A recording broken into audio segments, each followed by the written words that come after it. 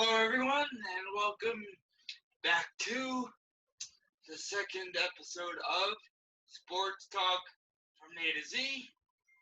I'm your host, Avery Schaefer, here once again with Zan Bando. How you doing, buddy? Good. How are you, bud? It's good to see you again. It seems like a lot of people really enjoyed episode 1, so I'm hoping for a similar tone in episode 2. As are we all. So, since last time we've been on air, a couple of important things happened.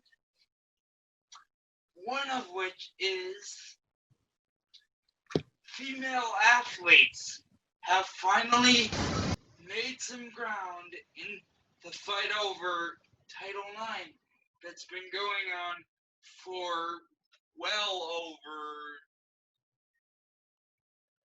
20 years. Yeah, I would say so, or around that. So, what do you think of that? I mean, Have they made any progress over well, those 20 years? well, I think a lot more in 20 years. I mean, other than just Title IX, I think women in sports. You would probably agree with this. Women in certain sports has grown exponentially over the last 20 years. Would you say so? I mean, there's obviously still the issue of equal pay, but the popularity of the U.S. women's soccer team, the popularity of women's MMA, the popularity of women's gymnastics, it continues to grow. But I think it's crucial in this day and age now, with all of the different social media platforms, that their voices are going to be heard, and they're going to be heard on a much larger scale, with a much larger audience, which is what makes it really unique in so many ways, because it's something that they've been fighting for a long time, as you said. And eventually they're going to have to figure out a way to to really have their voice be heard, and have it heard in front of the right people, in order to get what they deserve, which is fair compensation, and to be treated more equally, as just human beings in general, because everybody deserves a place in this society, right? So there's that argument as well. Just as an example here, do you think it's possible for the NBA and the WNBA to fuse and become one? Or will they always remain separate? I couldn't imagine it becoming one, because then what would you call it? So that's kind of the thing. If you were Maybe what you could do is you could disband the WNBA and just move the WNBA into the NBA, and just continue to call it the NBA, because then you're not assuming any sort of gender. But with how it is right now, we assume that the NBA is with the males, and we assume that the WNBA is with the females. Hence its name. That's another option that could maybe occur in the future. I don't see it happening right now, but it could be something that could make a lot of people happy. The other thing here is that from a pure biological level, some people might say that women aren't on the same level athletically that men are. Is that a fair competition if they were to fuse? Well, I think you bring up another interesting point, because I think for certain sports you can say that the men are more like physically and athletically gifted than the women, but there are sports where women are just naturally really good at them. Like, for example, I associate. Now, I don't know if this is bad, but I personally associate volleyball with women, I associate, soccer is mainly a women's sport. I know the men play it, but just from a perspective of nationally, I feel like the women's, and again, I could be wrong. Just feel like the women's U.S. national team gets a lot more attention than the men. And then I don't know if you've noticed, sometimes in fighting, the women's boxing matches and MMA fights happen to be better than some of the male fights on a given card. And maybe it's due to the talent level or the name recognition, but there are certain sports where the women are the main attraction because of just how physically gifted athletically they are and because of how well spoken they are. So there's a lot of different factors that kind of relay into that. Um, in regards to your original question, I do think one day that they can submerge, but like I said previously, I don't know if now is the right time with everything going on in the world, but I could be wrong. I don't know. 2020 has been an unpredictable year, so nothing is a surprise to me at this point. So I don't know. I honestly don't know. But there are pros and cons to both sides of that. The, the one thing I would say, just as a humanitarian and as a consumer of sports, as we were mentioning last time, is that sports historically has been a environment upon which to bring people together. And Yeah, I agree. here we needed to do that more than we arguably ever have before. And yet they have these two separate leagues in a lot of cases that put a structural divide between men and women. I'm not saying that that is counterproductive or anything, but it seems at the very least counterintuitive to what we were talking about last time. Yeah, I could see where that could come from as well, for sure.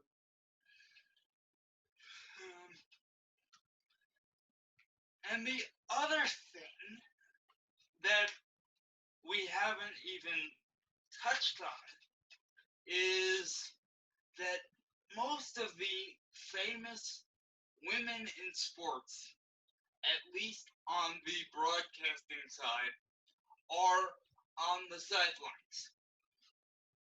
Like Aaron Andrews, Michelle Tafoya for the NFL, um, Jessica Mendoza for ESPN just got put aside in a lower ranking job recently last season. Like, what is this saying about women in sports? Is it conveying the right message? I would argue no. Well, I think it kind of depends on who you're on on on their overall purposes. I actually think women in sports is a great thing because those women you just mentioned are some of the most talented women in the entire industry, and I think it serves as a motivating factor that yes, they can become broadcasters. I mean, look at what Doris Burke has done. Look at what Holly Rowe has done. Um, I know I was telling you about this name the other day, but Karen Bryant, she started as a radio DJ when she was in college, and now she's one of the main UFC correspondents. Heidi Androl came from the NFL, and now she's a UFC correspondent. And you see all this crossover, and it's starting almost a revolution. Some of the biggest women's basketball games are being called by women announcers. Some of the lower, I guess you call it lower profile ESPN games, which is still a big deal because it still has those four letters in there, are being called by very talented women.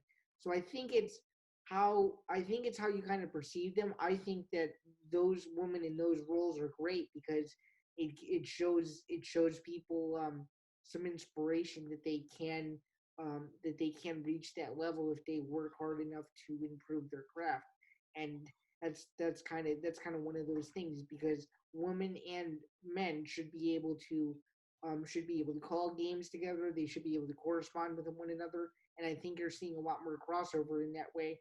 And I think it's really good because it gives a different perspective. Some of these women, were athletes at their sport, and then other women, you know, either grew up, around the sport or watching it or consuming it or what have you. So I actually think, in contrary to what you said, I actually think women in sports is a bigger thing than people realize. I mean, if you look at, if you I don't know if you've heard of this name, but if you look at Amanda Nunes, she's a double champion in the UFC right Oh now. yes, I know that name. Yeah, yeah. I mean, it's unique. It's unique in so many ways because just 4 years ago, nobody knew who she was, and now she's, one of the only double champions to claim that title, two belts in two different weight classes, hasn't lost in 5 years, is the only openly gay UFC champion. I mean, it's just a tremendous feat. really, I didn't Yeah. know she was Hmm. LGBTQ. Yeah, she is. She I is. didn't know that. That is really, really something. Her partner is Nina Ansaroff, who's another fellow UFC fighter, in a similar weight division as her. In fact, it might even be the same weight division. But yeah, like I keep saying, I think that there are more positive examples of women in sports than people realize. One, one of the ones we haven't mentioned yet is UConn's Maya Moore. Yeah. Mhm. Recently, she has been in the news for stepping back from a several $1 million WNBA contract for justice. What do you think of that? Well, I think it's extremely powerful because it shows that what's going on in the world right now is bigger than a single game, which is really telling of how, some consumers of media, not just media but the stock market and sports, kind of how they intertwine with each other. That's big news and something that's super telling and interesting to note, because had she signed that contract, she probably would have been the face of the entire organization. And now, who knows what the state of the WNBA is going to be in the future? I'll admit, I think the WNBA would be a lot more popular if they just promoted themselves more and if the games were more accessible, because you don't see a WNBA game until the WNBA finals on ABC or a major network like that. You see them buried on NBA TV or their WNBA League Pass streaming service, where you get maybe one broadcast feed and maybe parts of the game you can't see because the stream cuts out. Like, they need to do a little bit of a better job of kind of marketing themselves in a way that makes them stand out, similar to what the NBA has done. I mean, the NBA's social media presence on Twitter, Instagram, and TikTok is just unbelievable. You could follow the NBA every night without even watching a single game, and you know exactly what happens. That's the level that the WNBA needs to get to if they want to be known as not one of the four major sports, but a sport that people can always gravitate towards and talk about. It's a very interesting thing, just simply because I don't really see a whole lot of huge WNBA news that makes you go, "Oh my goodness, I need to look at this more." So I don't know. I think it's just something that they just do things a little bit differently, and I'm no expert on how they run their business, or how anybody else um runs theirs. But it'll be interesting to see what happens in the future. So yeah. Yeah, definitely. I mean, it seems, I'm no expert either, but it seems like 95% of the women who play in the WNBA come out of Utah, which brings up another point, and that is competitive balance or lack thereof in college sports. What level does that contribute to what we're discussing?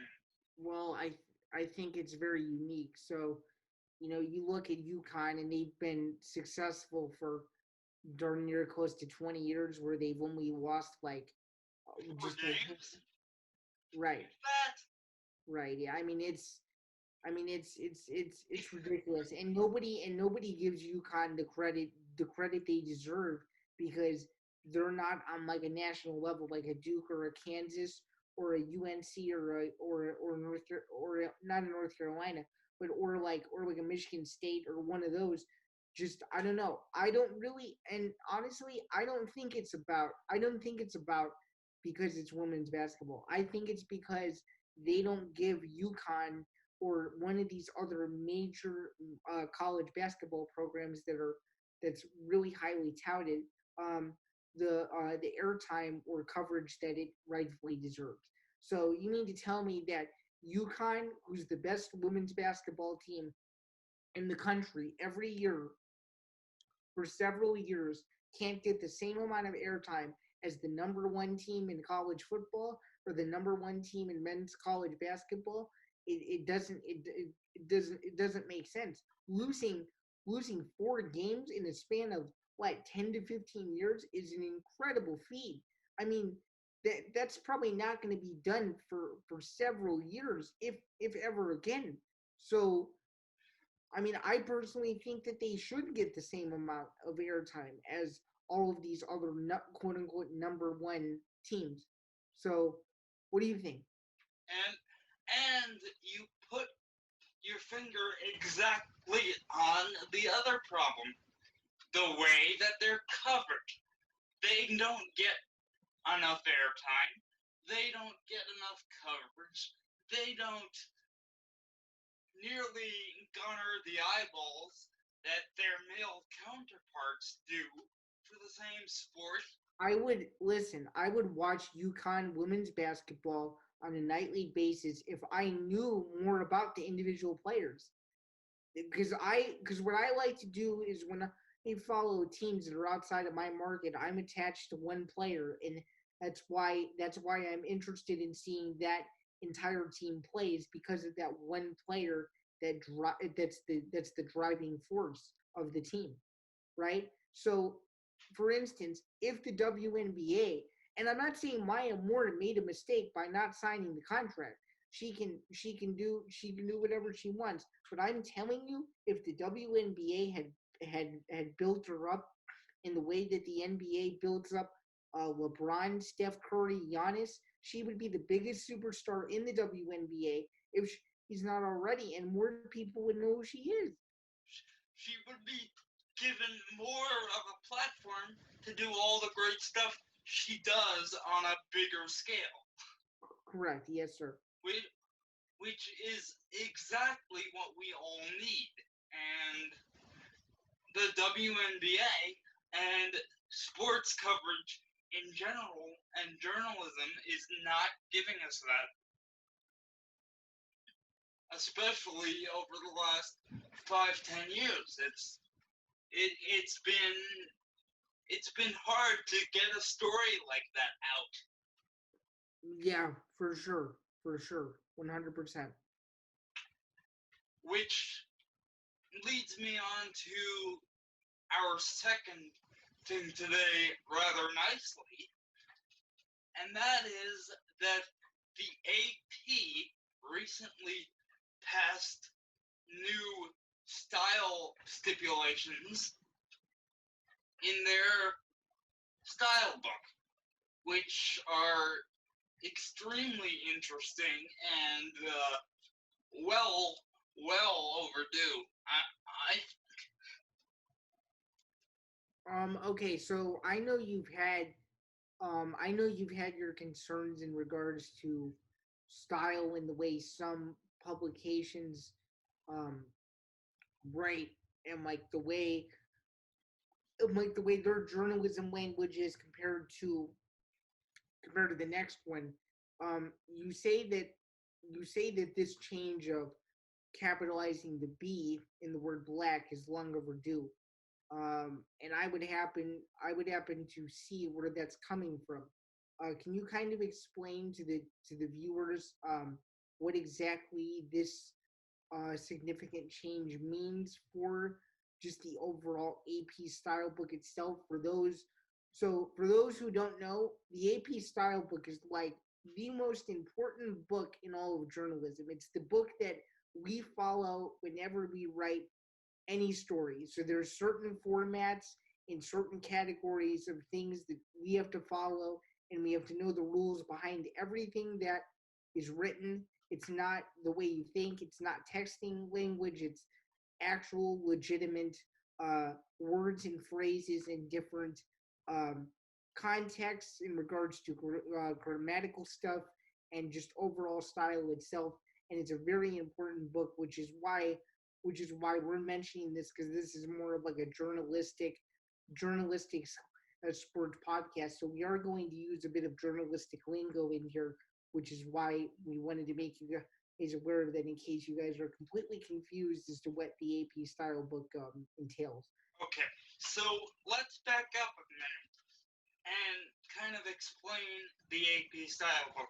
What it basically is you can think about it as an instruction manual for writing things like proper titles, names of places, addresses, anything that would need to be treated. There's even a whole chapter on sports terminology, because sports terminology is actually harder than you think. It's not easy.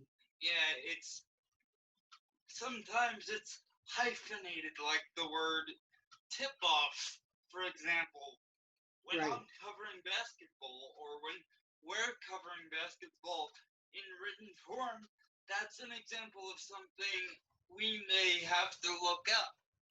So while the capitalization of a letter might on the surface seem trivial Or basic.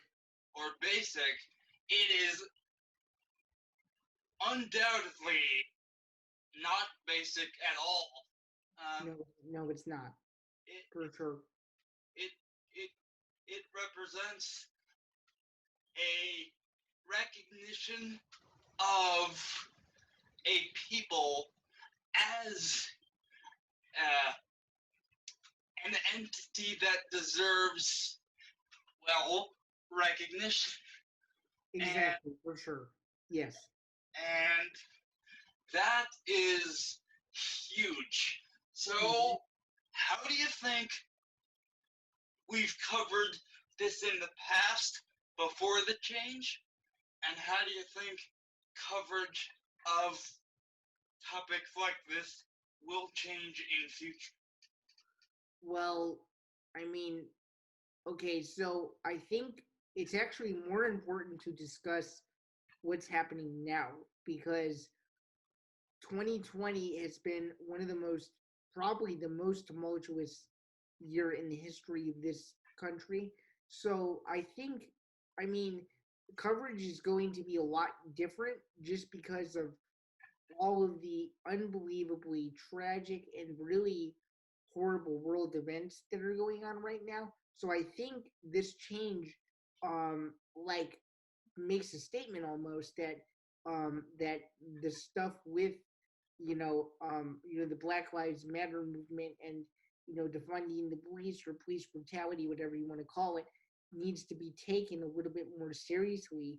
And I think it's gonna affect the integrity of journalism because you see so many different news outlets, having so many different perspectives, and sometimes you don't know, what's true, what's not true, and it's one of those things where it's like with social media being a driving force in this whole era, so to speak, it's going to be imperative that people from now on really know what they're getting themselves into because once you become a journalist and once you make one mistake, kind of like what I said on Tuesday, the majority of your credibility, if not all of it, is gone.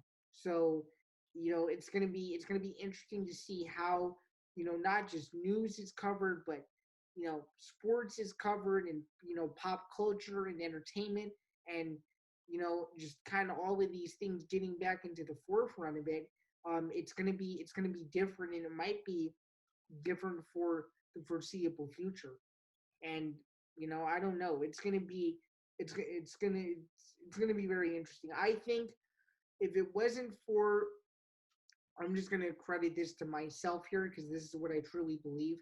If it wasn't for the AP style book, and me kind of learning it, and learning new things every day about it, I don't think I would be as well versed of a writer as I am because I didn't realize until getting to college how crucially important knowing the book really is, and how crucial it is to manage your time, knowing that you are on deadline and that you need to make sure that all of your current information and all of your information overall in any given piece is right. It's very, very important. To bring it back to something a little more attainable to the viewers and related to what we were discussing earlier, you could think of it sort of as the way LeBron James gets called in an NBA game versus somebody else for Right. the same exact infraction. It's a similar sort of circumstance there. Does that kind of make sense? Yeah, absolutely, for sure. Okay. So with that, I think we're going to wrap up. We have certainly discussed a lot today, and we look forward to your participation in the comment section once this goes up. As always, follow us on social media at Sports Talk from A to Z. For your host, Avery Schaefer. And I'm Zan Mando. It was great to see all of you today. See you again on Tuesday when we will have our first ever guest on the show. So stay tuned for that. Bye, guys. Stay tuned. Have a good one.